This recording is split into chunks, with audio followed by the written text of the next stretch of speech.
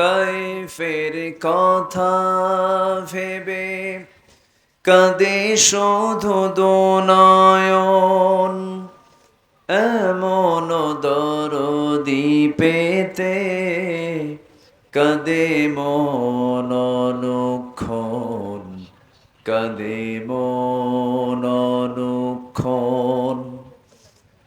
ওহুদ দাঁত হারা আহমদ যখন লৌহ মাখা কিয়ামতে উঠবে তখন, জিহাদ না করে কিভাবে দেখাবে তুমি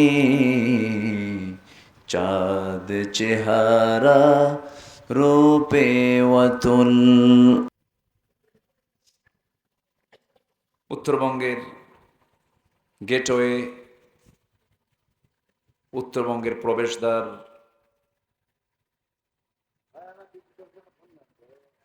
বগুড়া জেলার হৃৎপিণ্ড বনানী বাইপাস মোড়ে লিচুতলা জান্নাতুল মাওয়া জামে মসজিদ মাহফিল ইন্তেজামে কমিটি কর্তৃক আয়োজিত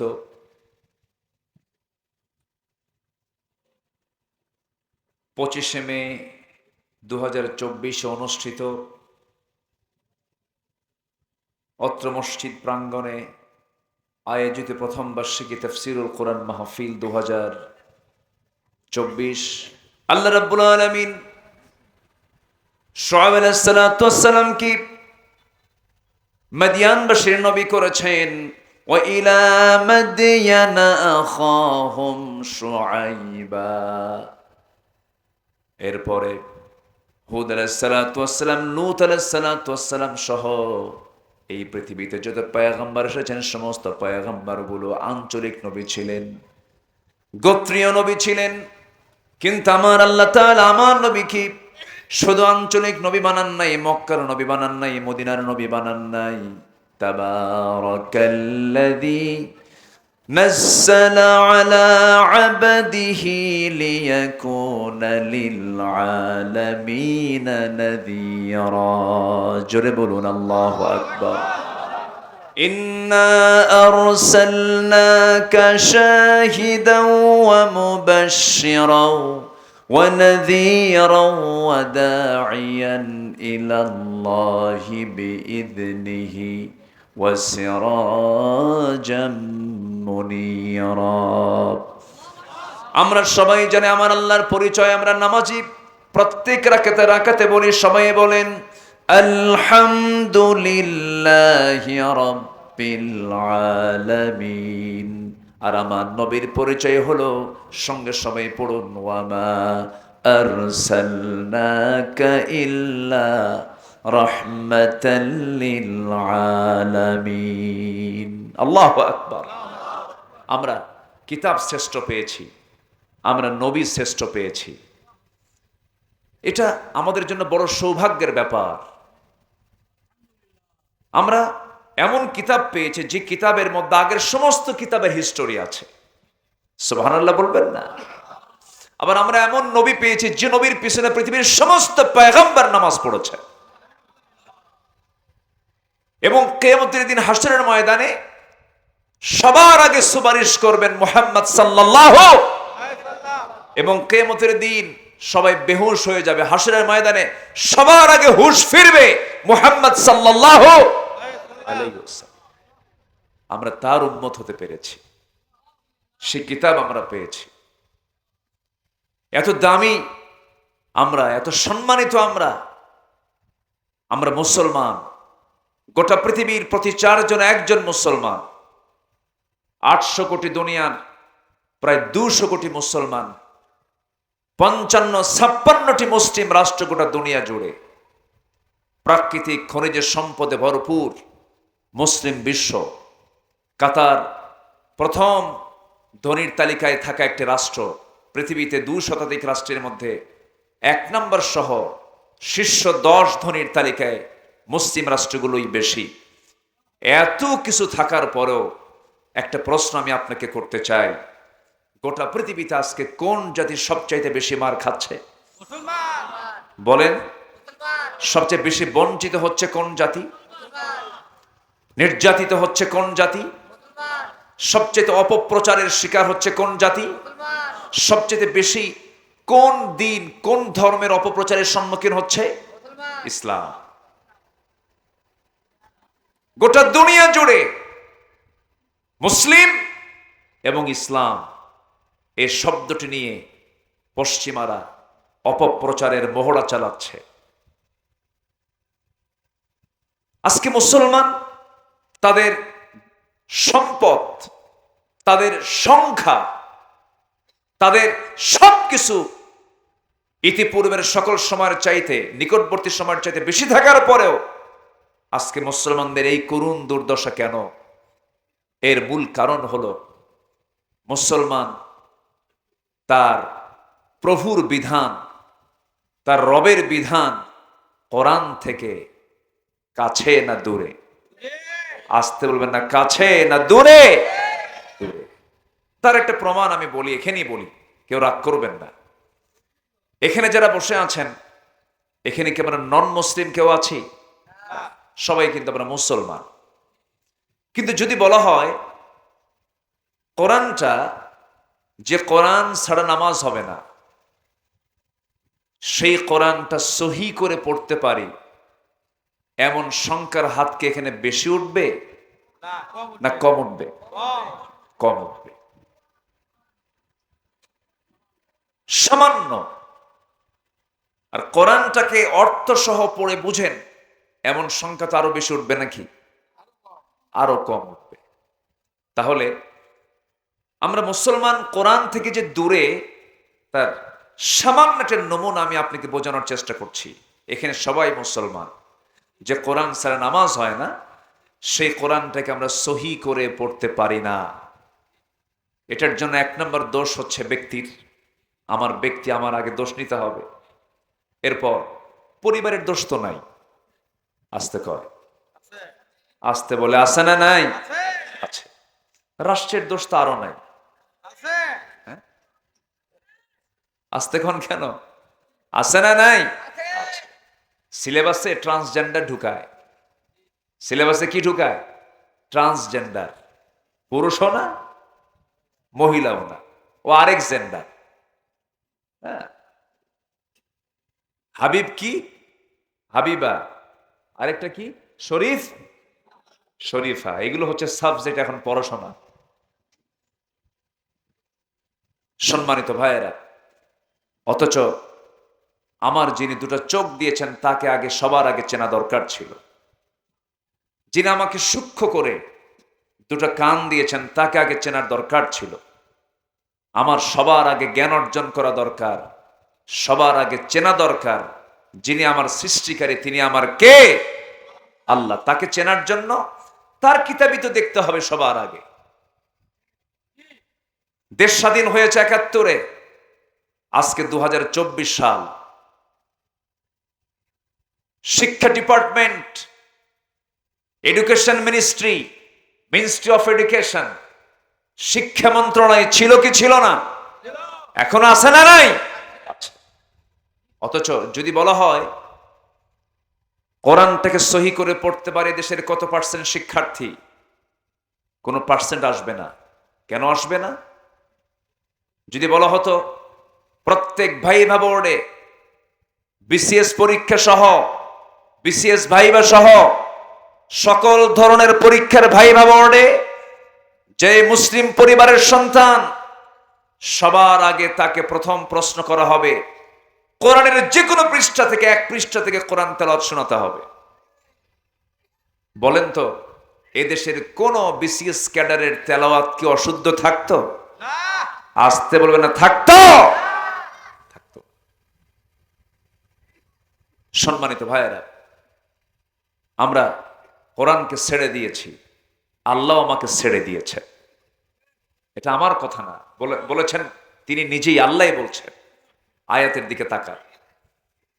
সূরা তাহার মধ্যে আল্লাহ রাব্বুল আলামিন বলেন, ومن أعرض عن ذكري فإن له معيشة ضنكا ونحشره يوم القيامة أعمى قال رب لم حشرتني أعمى وقد كنت بصيرا قال كذلك أتتك آياتنا فنسيتها وكذلك اليوم تنسى জোরে বলুন আল্লাহু আকবার।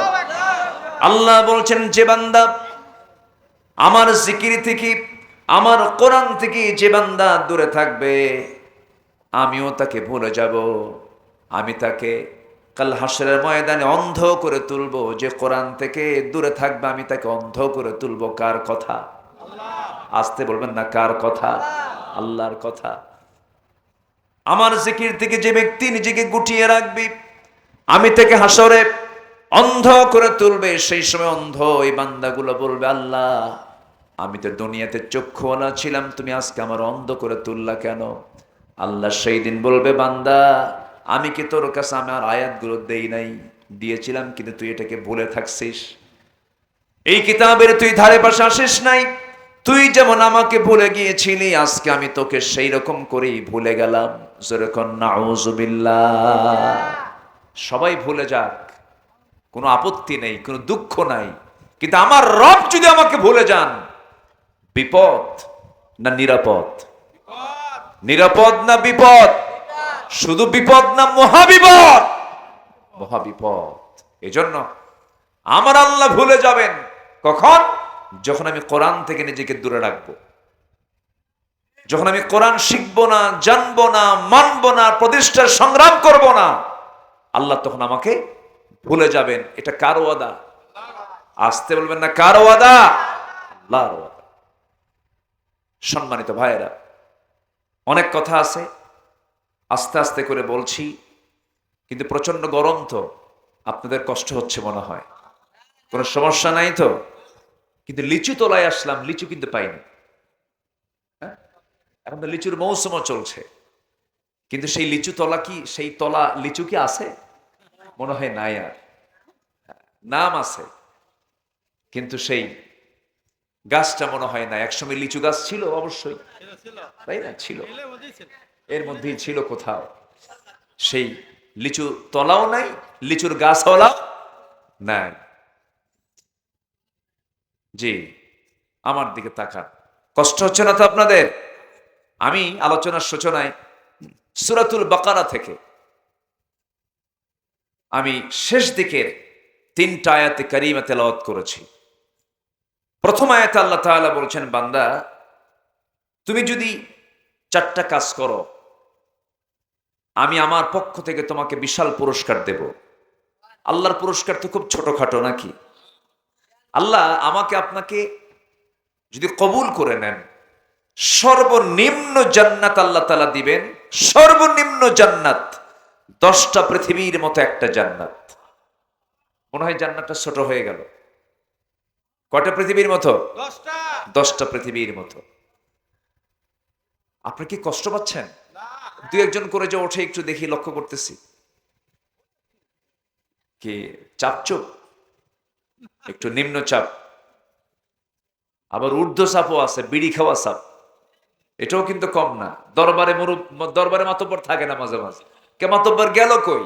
কেউ ওনার একটু ব্রেন ফ্রেশ করতে গেছে, মানে মাইন্ড ফ্রেশ করার জন্য কি একটু টান দিচ্ছেন উনি, সুখ টান। একটু বসে, মাহফিলে বসে যদি মজা না পান, ইমামের পেছনে নামাজে দাঁড়ায় যদি মনে মনে ভাবেন ইমামের সূরা এত লম্বা কেন, এরকম যদি মনে হয়, মাহফিলে বসে যদি আপনার কাছে বিরক্তি মনে হয়, ভাবতে হবে দুর্বল কোন শয়তান ধরে নাই। কি আমার কথা কি বুঝতেছেন আপনি?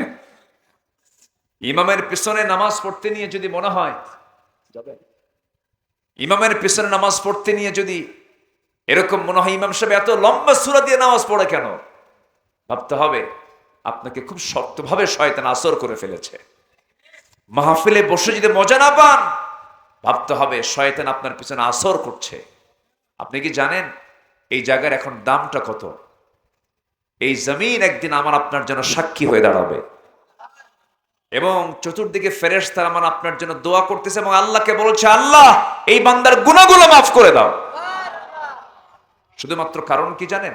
কিসের আসর? কিসের আসরে বলেন? কোরআনের আসর। পৃথিবীতে মহা সত্য এটাই।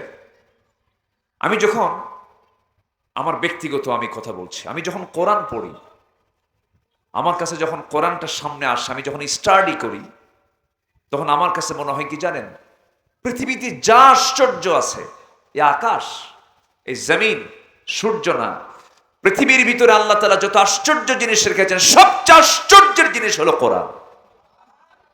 যেরকম সুবহানাল্লাহ, সবচেয়ে আশ্চর্য কোরআন কি তথ্য দেয় না।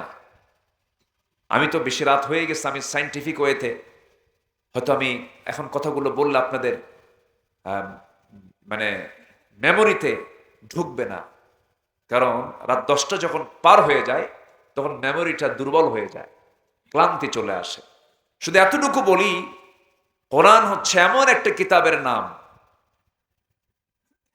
যে কোনো গবেষণা, যে কোনো গবেষক কোরআন নিয়ে করবে, সব গবেষণাই কিতাবের মধ্যে আছে। আল্লাহু আকবার বল। সব গবেষণার মধ্যে ইয়াসিন ওয়াল কুরআনিল হাকিম। কোরআন হলো বিজ্ঞানময় কিতাব, যেখানে সবার জ্ঞান শেষ, সেখানে কোরআনের জ্ঞান শুরু। আল্লাহু আকবার বলেন। যেখানে সমস্ত জ্ঞানীদের জ্ঞান শেষ, সেখানে নবীর জ্ঞান শুরু। নবীর জ্ঞান যেখানে শেষ, আল্লাহর জ্ঞান শুরু। এই কালাম এটা আজকে শুধু নয়, কিয়ামত পর্যন্ত সমস্ত জ্ঞানীরা, সব গবেষকরা ভিক্ষুকের মতো কোরআনের কাছে হাত পেতে থাকবে। সুবহানাল্লাহ, সুবহানাল্লাহ। সেই কালামে হাকিম আল্লাহ তাআলা আমাকে আপনাকে দয়া করে দিয়েছেন। জোরে বলে সুবহানাল্লাহ। সর্বনিম্ন জান্নাত হবে কয়টা পৃথিবীর মতো? ছোটখাটো হয়ে গেছে নাকি? 10টা পৃথিবী। তো এমপি স্যার, আমি যখন ছোটবেলায় ওয়াজ শুনতে যেতাম আব্বার সাথে, এরকম ওয়াজ শুনতাম যে 10টা পৃথিবীর মতো একটা জান্নাত এক বান্দাকে দেওয়া হবে। ভাবতাম এত জায়গা আল্লাহর কই? এটা মনে মনে ভাবতাম। এটা মনে মনে জিজ্ঞাসা হতো যে একটা বান্দাকে যদি আল্লাহ 10টা পৃথিবীর মতো একটা জান্নাত দেয় একজনকে, এত জান্নাত আল্লাহ রাখছে কোথায়? এটা মনে হতো, আব্বাকে বলতাম। তো আব্বা হাসতো, কারণ বুঝালো তো বুঝবো না। আল্লাহ তাআলা বলছেন আসমান সৃষ্টিতে, জমিন সৃষ্টিতে যারা জ্ঞানী মানুষ, তাদের জন্য শিক্ষা আছে। যেরকম সুবহানাল্লাহ আছে না, এমন একটা আয়াত আছে না, লা আয়াতিল লিউলিল আলবাব। যখন একটু বয়স হলো, একটু মহাশূন্য নিয়ে একটু চিন্তা করা শিখলাম, সূর্যের বড়ত্ব দেখলাম, চন্দ্রের দূরত্ব একটু জানলাম, তারকাগুলো কেমন বড়গুলো একটু জানলাম। আমার বন্ধুগণ, যেখানে আমরা বসে আছি, এখান থেকে আমার আল্লাহ তাআলার আরশ আজিম শুধু দূর না অনেক দূর? বলেন তো, শুধু দূর না অনেক দূর? অনেক দূর। আমরা এখানে বসে আছি লিচুতলা, আমার আল্লাহ তাআলার আরশ আজিমটা হলো, এই যে আমরা নীল আকাশ দেখতে পাই, এই আকাশের চাইতে আরো বিশাল বড় আরেকটা আকাশ এই আকাশের উপরে আছে, মাঝে আরেকটা মহাশূন্য আছে, এরপর আরেকটা আকাশ আছে, মহাশূন্য আছে, আরেকটা আকাশ আছে, আরেকটা মহাশূন্য আছে। 7টা আকাশের উপরে আমার আল্লাহ তাআলার আরশ আজিম। যেরকম সুবহানাল্লাহ। সে আরশ আজিমের